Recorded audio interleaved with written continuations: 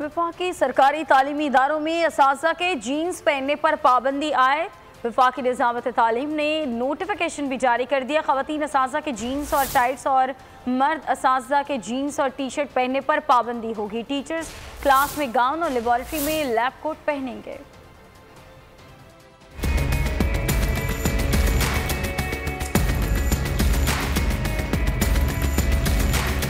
ख़वातीन असातिज़ा स्कार्फ और हिजाब, मर्द असातिज़ा शलवार कमीज और वेस्ट कोट पहन कर आएँ और फिर बच्चों को पढ़ाएं। वफाकी सरकारी तालीमी इदारों में असातिज़ा के लिए ड्रेस कोड लागू। वफाकी निज़ामत तालीम ने नोटिफिकेशन जारी कर दिया। नोटिफिकेशन के मुताबिक ख़वातीन असातिज़ा के जीन्स और टाइट्स और मर्द असातिज़ा के जीन्स और टी शर्ट्स पहनने पर पाबंदी होगी। ख़वातीन असातिज़ा सैंडल और स्नैकर पहन कर आ सकती हैं। स्लीपर्स पहनने की इजाज़त नहीं होगी। मर्द असातिज़ा सर्दियों में गर्म चादर के बजाय स्वेटर, कोट और जर्सी पहने। वफाकी निज़ामत तालीमात ने एरिया एजुकेशन अफसरान को ड्रेस कोड पर अमल दरामद यकीनी बनाने की हिदायत कर दी।